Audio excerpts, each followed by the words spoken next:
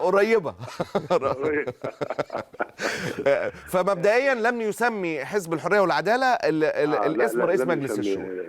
ايوه حتى جميل. هذا اولا انا بس عايز اقول لحضرتك حاجه، اتفضل. واقول لضيوفك الكرام واقول للناس كلها، احنا الحقيقه يعني الاخوان بيتعرضوا لحمله اعلاميه غير عادله بالمره. يعني في مره يقولوا ان الاخوان اتفقوا مع المجلس العسكري قبل وثيقه، فلما دعينا الى مليونيه لاسقاط وثيقه السلمي، الاعلام ابتدى يقول الله انتهى شهر العسل اللي بين الاخوان والمجلس العسكري.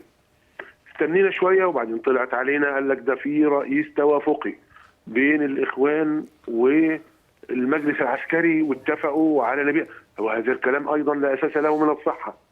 شويه تاني يقول لك كوتا واتفقوا على كوتا في كل الشرطه، هذا الاساس الكلام لا اساس له من الصحه، وانما نحن نطلب ان يكون يعني المصريين جميعا حينما يتقدموا للالتحاق بكليه الشرطه ان يكونوا جميعا سواء، ولا نفرق ولا نستبعد بسبب انتمائه للاخوان او بسبب انتمائه للسلفيين او بكونه قبطي او كونه له يعني ابوه مش عارف في حزب يساري.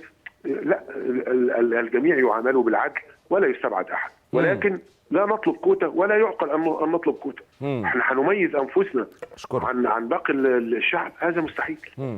فانا اؤكد لك ان هذا الامر لا اساس له من الصحه، وانما هو يلحق بكل الاشاعات التي اطلقت علينا من قبل من اننا في شهر عسل مع المجلس العسكري، او اننا اتفقنا على رئيس توافقي بيننا وبين المجلس العسكري وهكذا. ومش دي اخر اشاعه هتطلع اشاعات ثانيه برضه. ده طبيعي كرسي يعني اللي في موقع المسؤوليه دائما. والله يا استاذ معتز، حتى لما ما كناش في المسؤوليه احنا من قديم واحنا مالين نحاصر بكده، يعني الناس مش ما كانوش مكتفين بان احنا بندخل السجون والمعتقلات ونحرم من الوظائف الهامه وهكذا، ولكن برضه كانت بتلاحقنا اشاعات احنا مدانين، احنا متفقين مع عامل الدوله، احنا وهكذا. طيب السنه دي تم قبول ناس او شباب ليهم انتماءات اخوانيه في كليه الشرطه؟ لا اعلم اطلاقا، ولا اعرف اي واحد منهم. وحضرتك لما دخلت كليه الشرطه كان ليك انتماءات؟ لا ما انا دخلت كليه الشرطه ما كنتش لسه في انتماءات. ما كنتش دخلت اصلا؟ طبعا ما كنتش دخلت. هو دخل وهو في الجهاز. لا انا ساعه ما دخلت كليه كان في عائق على فكره، يعني كان احد اجدادي كان معزول سياسيا. ايوه. بس بسبب يعني انه كان في مجلس النواب اللي قامت عليه الثوره، فقال لك يعني ساعتها كان هو ده التحفظ اللي عليا، وكنا بنقول ان انا مش هقبل عشان الحته دي، بس تجاوزوها ودخلت ساعتها. طيب بما ان حضرتك عايز استغل خلفيتك القانونيه قبل ما اقفل معاك واقول لك ان النهارده ثارت انتقادات كتيره، الكلب مكيالين في مجلس الشعب لو جاز لنا الراي وان احنا نقول كده، انه زياد العليمي، ما حدث مع زياد العليمي مع حفظ القاب لم يحدث مع نائب زي مصطفى بكري اللي وجه شكل شديد جدا اللهجه للبرادعي. مش كان اولى ان نفس المعامله تكون على الطرفين؟ ولا ده ما استوقفكش؟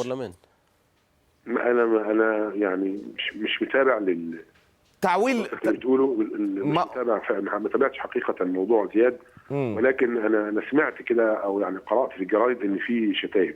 انما برضه هناك فرق، يعني اصل يعني انت ممكن تتناول اي شخصيه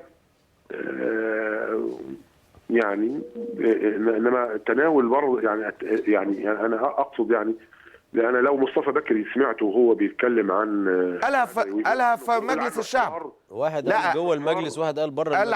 قال عميل لأمريكا وإسرائيل، عميل لأمريكا وإسرائيل في بمنتهى الطلاقة في مجلس الشعب أمام الكل وأمام شاشات التلفزيون وعلى الهواء داخل المجلس.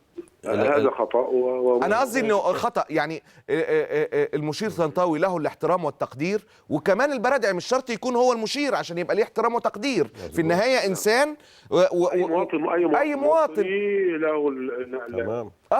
يعني اعتقد ان هذا ادعى. ساعتها بقى لما يجي يحاسب زياد هيتقال ما هو حاسب مصطفى، انما النهارده لما اجي اقول حاسب زياد مع الناس كتيره بتقول ان زياد اخطا، طب ما هو مصطفى اخطا مع حفظ القاب للجميع يعني.